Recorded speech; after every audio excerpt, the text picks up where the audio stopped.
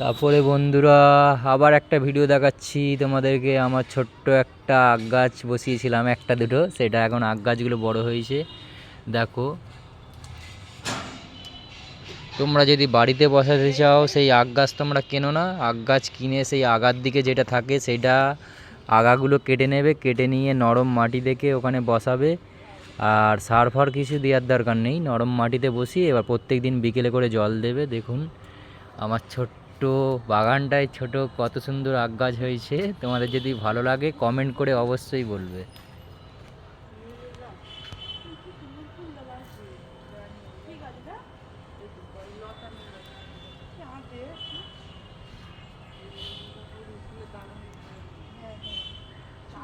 তাহলে কেমন লাগলো আমাকে কমেন্ট করে প্লিজ বলো।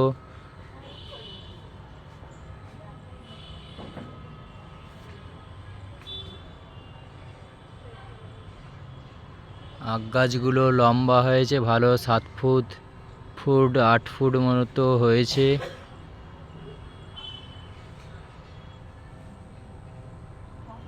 ভালো লাগলে প্লিজ কমেন্ট করবে, কেমন লাগলো আমাকে জানাবেন প্লিজ।